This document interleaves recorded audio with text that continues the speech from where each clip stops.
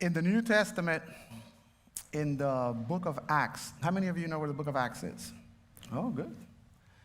Chapter 19, there's a strange story. And it's a strange story because of how it plays out. It turns out that in the city of Ephesus, the sons of a priest in that city decided that they were going to try their hand at exorcising demons. Now, I don't know about you. I've actually had a hand in exorcising demons, and this is not an easy task. And so they got up to a man who was demon-possessed, and they said, in the name of Jesus, the one that Paul is preaching, we command you to come out. And what's interesting in the story is that we actually have the words of the demon that answered them. And the demon said to them, I know who Jesus is. Check. I know who Paul is. Check. But then he asked them the question, but who are you? And obviously they didn't have any authority to present, so it says in the Bible that the demon jumped on them and almost killed them all. Now, why do I share that story? Because there are thousands and thousands of churches today all over the world that are trying to exorcise demons. And the question is who they are for real. A lot of churches, you have to go and try and dip your hand in the flavor or get the little spoon. We went to an ice cream store and they let you try flavors. So I tried like 50 of them. You know, you take a little spoon and you try, you take another little spoon and you try. And that's how we feel about churches. You go and you try to find the one that best fits you. And that's difficult to do for many reasons, because we want a church that's real. We want a church that ministers. We want a church that makes a difference. We want a church that will be around. And so when we look at those questions, we have to, as a church, as Peter's Road Church, we have to ask ourselves the question, who are we? Who are we? What do we stand for? What do we represent? Who do we preach? What do we offer? Why are we here? And so because of that, now we're going to start the year with the series called Who We Are. And so it's interesting because 22 begins as an ominous year. This isn't the year where we're like, everybody's scared to death because of Omicron. And we've already had Alpha and Beta and Delta, and now we're waiting for Omega, okay? Now, I don't know what Omega is going to be like, but you get it? There's a lot of uncertainties. We're dealing with strange climate patterns. I mean, every time you turn around, there's an article or the news of something really bad happening that's weird. You have fires breaking out in the middle of winter with snow covering it. It's odd. It's weird. We tremble as we look at the political and the financial futures. We don't know what Russia's thinking. We don't know what China's doing. We don't know what our president is actually thinking of doing, if he's going to do anything. And so we don't know where we stand as far as our personal situation, our family situations. And so as we face our present dangers, we need to know. We need to know who we are as a church. Who are we, Peter's Road Church? Who are we? And so we will look this whole month at who we are. Our church vision, which is our why, is what? We want to be what? A healthy church, doing the Great Commission. And how we're going to do that? Well, that's our mission. We want to be Spirit-filled Christ followers, making a difference for the glory of God. So we know why we're here, and we know how we're going to operate, but who we are, we're still trying to figure out our identity. Who are we?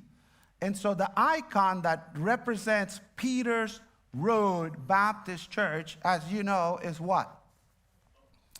is the boat logo, okay? And you've seen the little boat logo everywhere, okay? You see it in our bulletins, you see it in our web page, you see it in everything that we do or touch, because this logo symbolizes who we are as a church family.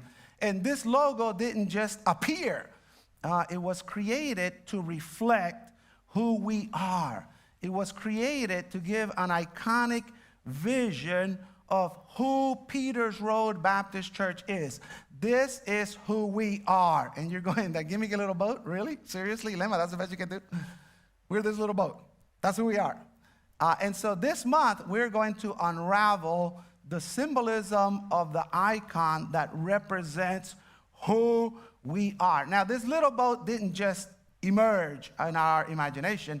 The boat comes from a biblical background. And so I want to call it the boat of Peter. When you look at Mark, and this whole beginning of the year, we're going to be studying the book of Mark. When you look at Mark, you see that boats are very prominent. And so Peter had a boat. Peter was a fisherman. His brother was a fisherman. And so we call it the Peter boat. But in reality, it's more than the Peter boat, because when Jesus got into Peter's boat, it became the Jesus boat. There was something that transpired when Jesus took over the operation of that boat. And so when you travel to Israel, and I've been to Israel many times, when you go to Israel, one of my favorite areas, and you probably know that because you've heard me talk so much about it, is Galilee.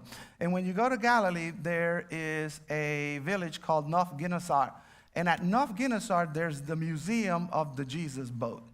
And when you go to this Jesus boat, it's pretty amazing. Look, I got some pictures. Let me see if we can put them up for you. You see that wreck, okay? It doesn't look much like a boat, right? Well, incredibly enough, they found that in the 90s. Some fishermen were walking around the Sea of Galilee, and they stubbed their toe on a piece of wood. And when they took it out, this is a 2,000-year-old original boat from the Sea of Galilee. And so they call it the Jesus boat. Now look at the next picture, because it's a replica, okay? This is what it's supposed to be like, okay? And so in your imagination, you can see the disciple Peter, you can see Jesus, you can see the people, and you can see this little boat being part. Now this is a painting by Caravaggio, and it's a famous painting because of how it displays the little boat. See the little boat? And see the disciples and Jesus commanding the situation. So you get the picture. In the Gospels, this little boat, in some form or another, appears about 50 times. And so the boat on our logo is a symbol of that little boat that Peter owned and that Jesus borrowed for his ministry. And that boat became the boat of Jesus, okay? The boat did not change. It was just a boat. But its use and symbolism changed dramatically when Jesus used it as a tool for his ministry. And so today I want you to understand that this boat that you see in our icon, in our logo, is a symbol of who our church is and how we serve as a ministry platform for Jesus. Anytime you see Peters Road Baptist Church, we want you to see the boat, because the boat symbolizes who we are. We are the platform of ministry that Jesus uses to reach our community. But also there's a secondary symbol that I want to highlight, and it's that each one of our life stations is also symbolized by the little boat. I want you to understand the concept of life stations as little boats all over our community that are doing the work of ministry in the name of Jesus. And so I want you to understand that the boat for us symbolizes the work of Jesus and how he does it through us. This is who we are. So as we roll out the new year, let us look at the Jesus boat and learn more about who we are. And so I'm going to share with you three things that we can learn from this Jesus boat about who we are. So number one, stick your finger out. Number one, okay? I want you to get this one because this one's important. We are people in the boat with Jesus, okay? Can you say that? We are people in the boat with Jesus. Now, in the sea of people of our society, our little boat is the platform for ministry that Jesus is using. Now, Jesus did amazing things from a little boat, okay? When you open your Bible, and I have to say that the bulletin today is amazing. Take it so that you can reflect on this image of this little boat that it has. But when you look at Mark, you find that Jesus was very close to the Sea of Galilee. He really liked that area as well, and I can see why. It's beautiful. It's ironic, it's relaxing. And so Jesus decides to pick up his first disciples in that area. And so he did amazing things from the little boat. And so we found out that he called his disciples from the little boat. He taught from the little boat. He traveled on the boat all over the Sea of Galilee from one side to the other. But that wasn't the only thing that happened. Do you remember the storm? Now, if you flip over to Mark chapter 4, chapter 4 begins with Jesus in a boat. And I guess he stays in the boat the whole time because he tells them in verse 35, let's cross over to the other side of the lake. And so they left the crowd and took him along since he was already in the boat. I guess Jesus liked being in the boat. And other boats were with him as well, and a fierce windstorm arose. And the waves were breaking over the boat, so that the boat was already being swamped. Okay, you can imagine, it's a little boat. Okay, they didn't have electric bilge pumps or anything like that. They had little buckets, and they're running like crazy, and the thing's, out of control. But he was in the stern, sleeping on the cushion. You saw the little boat? There was a little back part. And so Jesus kind of relaxed back there, put a little cushion, sat down, and went to sleep. And so they woke him up and said to him, "Teacher!" You can almost, see the anxiety on their face. They're all drenched in water. They're dying. They're dying. I mean, any minute now, they're going to drown. And so, don't you care that we're going to die? Don't you care that we're going to... How many of you are afraid of dying? People make fun of me because I don't really care about dying. But they were afraid of dying. And so they woke up Jesus. Can you imagine waking up to, "Hey, we're about to die, we're about to die." And so he got up, rebuked the wind, and said to the sea, "Silence, be still." The wind ceased, and there was a great calm. And then he said to them, "Why are you fearful? Do you still have no faith?" And so the storm was raging. The sea was wild. The waves were walls. The wind was hard. They had lost all control. They had lost all hope. All seemed lost. And then Jesus quietly got up, quieted the wind, calmed the sea, ministered to his disciples. Now I want you to notice, he took control. And I want you to notice, nobody died. They all survived. Now, why do I share this with you? Because today Jesus does the same thing for our little boat. The Peters Road Baptist Church and its little life stations. We're facing the winds. We're facing the waves. We got Alpha, Beta, Delta, Omicron, Pi. Who knows what the next one's going to be? We have to deal with COVID. We have to deal with the violent winds of change. We have to deal with hard situations that make us feel like we're about to go under and make us face our mortality. The reason that people are afraid to death of COVID is because you could die from it. If it didn't kill you, nobody would care. But that's the same thing with cancer. That's the same thing with any disease. That's the same thing with fatal car accidents. I mean, you walk out that door, you don't know what's going to happen, and we're afraid of dying. So we're the disciples. But what we forget, like the disciples in the boat, is that Jesus is in control. He was in control then. He is in control now. We are afraid for our lives. We are worried about our future. We are scared of our present dangers. And in the back of our heads, we believe that Jesus is asleep. We know he has the power. We believe that he is God, but hey, the guy's asleep. And so, with Jesus in the boat, it doesn't matter what the situation is. With Jesus in the boat will never sink. With Jesus in the boat, you will never fail. Because with Jesus in the boat, he is in control. The circumstances in your life will never have the last word. We will get to our destination as a church, and we will complete our mission because we are the people in the boat with Jesus. Amen? However, I wish it was just Jesus and me in the boat, right? We are in the people. We are in the boat with others. We are the people in the boat with others. Can you say that? With others? I don't know about you, but sometimes I feel like I can live by myself. But the boat does not work by itself. The boat needs a crew.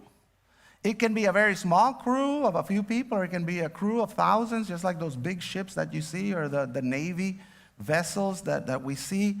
But it takes a group of people so that the task of making the boat work happens. And so Jesus is in the boat. And this by itself is amazing. I mean, with Jesus in the boat, who needs anybody else, right? No. But the reality is that Jesus wants others in the boat as well. And the others in the boat, they're just like us. We all need the boat. We all need Jesus. And I know this sounds really bad, but we all need each other. Did you get that? We need the boat. We need Jesus. But we all need each other. One of the great problems we are facing is the challenge of isolation. Now, last Sunday, what happened? I wasn't here. But neither were you. Why? Because of situations that are obvious to everyone here. We didn't have the capability to go and do a full live service, and so we had to go online. And Pastor Mike and his team did an amazing job. And so we went online, and praise God that we can go online and have an amazing service. But we lost the rest of the crew. We had the boat, we had Jesus, no crew. It didn't work. And so if we're not careful, we can get isolated. We can rationalize it and say, hey, I'm not getting on a boat with people who aren't vaccinated. If you're not vaccinated, see you. If you're not wearing a mask, see you. For my safety, I got to look out for myself, and I need to keep my family safe. So we're not going. We're not going. We will look at the boat online. We're going to watch the boat online, and Jesus can do whatever he wants on the boat, but we will not set one foot inside it, much less go out and deal with a dangerous storm. We're not going to do that. The boat allows you to, you're welcome to do that. You don't have to get on the boat. Even back then, you didn't have to get on the boat. People wanted to get on the boat, and sometimes Jesus didn't even let them. He only lets his disciples come on the boat. But then if you don't go on the boat, you're going to miss out on all the miracles that Jesus is doing. You're going to miss out on being part of a crew that has a story to tell. You're going to miss out seeing Jesus walking on the water if you're not on that boat. And you're going to miss out the joy of serving together in a special crew, in a special boat with Jesus in control. You're going to miss out of all that. The boat needs Jesus, and the boat needs a crew. The boat needs people. Can you say that? The boat needs people. This church needs disciples. Life stations need people. This church needs you. We are here as a church, as a boat, to serve you. That's who we are. This boat does not have the luxury to practice isolation because we actually have to get our job done. That's why the reality is that the church needs you. This boat needs hands on deck from everybody. All hands on deck. And we need everybody to be in battle stations. Notice that the only one that was sleeping in the boat was who? Everybody else was doing what? Bailing water. And so the idea is, guys, each person in this boat is extremely important. We need to get along well with one another. We need to work in teams, and we're going to be working on that skill. We need to work together. No one, and I want you to hear this, no one is indispensable. No one is indispensable. But everyone is a key part of this great church called Peter's Road. You matter. You are important. And so why is everyone so important? Okay? And so we are people in the boat with Jesus, we're people in the boat with others, but we are people in the boat with purpose. Okay? And I have only a few minutes to tell you that we're in the boat with Jesus and our fellow disciples, but we're in the boat for a reason. We have a job to do. And sometimes we forget what we do. Sometimes we are so focused on Jesus that he is all, there's people that all they want to see is Jesus. Oh, there's Jesus teaching. Oh, there's Jesus healing. Oh, there's Jesus on the boat standing. Oh, there's Jesus on the boat sleeping. And so it's all about Jesus. They forget that Jesus put us on this earth to get a job done. And he expects it to get finished. Sometimes we place the focus on other people in the boat. Instead of doing our job, we're worried about Peter and his quick temper, or we're worried about Judas and his little bag of money that he's always worried about, or we're worried about John and his youthful dreams and ideas, and we're worried about Thomas and his many doubts, or we're worried about Andrew and he's always hungry. We're looking at all the people and we forget that our focus is not on those around us, but on the people that are with us so that we can get the job done. Jesus used the little boat for teaching. He used the little boat for travel, but that was not the primary function of the boat. The primary function was fishing. Fishing. The boat was made for fishing. And so fishing was the reason why the boat was built. Fishing was its main purpose. Our boat has a great purpose. We are here to do what? To fish. We're here to fish. We need people to mind the boat, mind the nets, mind the sails, mind the fish. Our church was created for fishing. Jesus called us to be what? Just like the first disciples, Andrew and Peter and Jacob and John. He called us to be fishers of people. Our church was created for fishing. Jesus called us to be fishers of people. That's why our church wants to be healthy so that we can fulfill the Great Commission. The Great Commission is just a command to go fish. With Jesus in the boat, with other disciples in the boat, we go fishing. And so we cannot allow COVID-19 or any disease or any plague or any whatever the devil throws at us, it can't stop our fishing. Because we were commanded to fish. We cannot allow our fears, our fear about COVID, our fear about death, our fear about disease, whatever fear you have, it cannot stop us from fishing. Amen. Through meetings like this, We go fishing through the internet. We're going to start now a new ministry with an internet pastor. We go fishing through the things that we do with the gifts for Christmas. We go fishing through life stations. We go fishing through our ministries. We go fishing. This is who we are. We are a boat that was made to fish. And so our continued fishing will lead to fulfillment of our vision, the healthy church, and the fulfillment of the Great Commission. Did you know that Walt Disney World is celebrating 50 years? Look at this. Watch this. The magic is calling you to a celebration 50 years in the making. Feel the magic everywhere. Share the wonder of new unbelievable sights. Share the light all around you. And see the world you love shine like never before. Join us for the Walt Disney World 50th Anniversary Celebration. The magic. Disney's celebrating 50 years. It's being promoted as the world's most magical celebration. Well, guess what?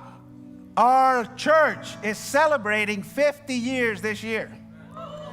And I am sure that in the last 50 years, Walt Disney World has made many, many people happy. But I am also sure that in the last 50 years, this church, Peters Road Baptist Church, has led many a wandering person to Jesus, has led people to forgiveness of the penalty of their sin, to everlasting joy, to heaven, and to life eternal. This is who we are. We're not here just to make people happy. We're here to get them to heaven with Jesus. We're here to give them a destiny and a future that we can all experience forever. We're here to make the promises of God real in the people that we touch. And so this whole year we will be celebrating the great spiritual celebration of our Jubilee 2022. We will be taking our boats and finding ways to make them better, bigger, more effective, more people-friendly, more extensive in the scope of its mission, bigger nets, deeper fishing, because we want more fish. That's what we're about. We're a fishing vessel. We're here to fish. We're in the boat with Jesus. We're in the boat with others, and we're in the boat with the purpose of fishing. And this is who we are. We're not here to make people smile. We're not here to make people happy. We're not here to make people comfortable. I know those are things that we all want, and it happens. But we're here to fish. We're here to spend the time with Jesus that will prepare us so that we can be fishers of people. Men and women, children, anyone that needs the word of hope. And so in the middle of all of the uncertainty, in the middle of all the fear, in the middle of what seems to be the victory of death, we're here to fish. We're here to proclaim the victory of Jesus. Now, the good news, he's in the boat with us. Now, if he wasn't in the boat, we'd be in trouble. And the good news is we have each other. And that's why we need to maintain the focus on who we are as fishermen, as fisherwomen, as people of the boat. And so as we start 2022, I'm just going to ask you, are you willing to go fishing? And I mean that seriously. To be with Jesus in a boat, in the sea, regardless of what comes, so that we can fish. For those who need hope, who need love, who need to hear the promises of God just like we've heard. And so I'm going to ask you to stand if you sense that God is calling you to join us in our fishing expedition. And he's going to show us how. 2022 is a year for fishing because that's who we are. We're a boat. We fish. And so if God is calling you to join us, where you are, stand and just say, Lord, I want to be a fisher of people. I want to be with you in this boat with no fear. I want to be in this boat with all the sails up. I want to be in this boat with the wind taking us wherever we go. I want to be in this boat on the cross with you.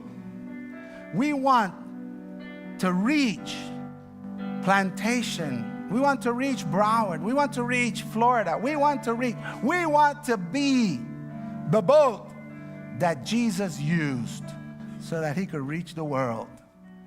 We want Peters Road Baptist Church to be the Jesus boat. We want each of our life stations to be the Jesus boat. Father God, we come before you in the midst of tribulation. Lord, it'd be foolish for me to pretend like nothing's happening. Lord, people are deathly afraid of this COVID plague. We're afraid of our own lives. We're of our families.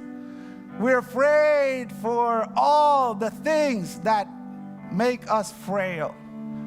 We're afraid of having to face death with unfinished business here. We're afraid, Lord, sometimes of our own shadow. But Lord, you're the Jesus that is with us, that is for us. And Lord, right now, we're the disciples screaming at you to wake up because we think we're going under. We think we're about to die. Lord, speak. Speak peace to the wind. Speak peace to the waves. Speak peace in my soul. Speak peace in each one of our lives, regardless of our situation or circumstance. Help us to see that you're in control. Help us to see that we need each other. We can't do this by ourselves. We can't isolate ourselves.